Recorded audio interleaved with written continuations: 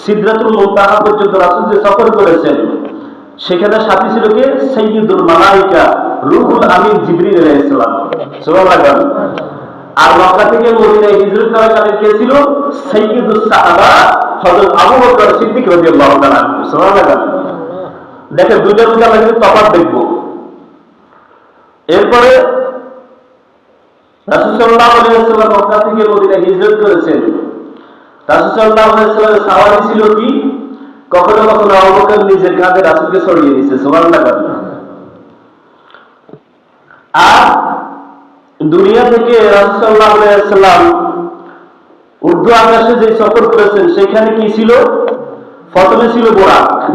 বোরাক শব্দটা বাকুল থেকে, বাকুল মানে বিদ্যুৎ, কারেন্ট। অর্থাৎ কারেন্ট যত দ্রুত চলে, এরকম দ্রুত চলত বোরাক, যেটা সাগর থেকে একটু বড়, গাধা থেকে একটু ছোট ছিল। বুঝতে পেরেছেন? ওই বোরাক ছিল প্রথম বাইতুল মুকাদ্দাস পর্যন্ত সাওয়ারি বা পরিবহন। এরপরে বাইতুল মাকদাস থেকে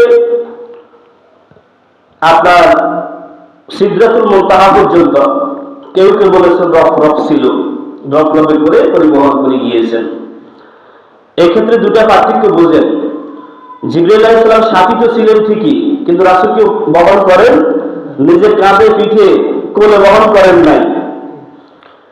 এরপরে মেরাজের যে সফর, সেখানে রাসূল সাল্লাল্লাহু আলাইহি ওয়াসাল্লামকে কোনো রেস্ট, কোনো কি দেয় নাই, সুযোগ দেয় নাই, সময় পাই নাই।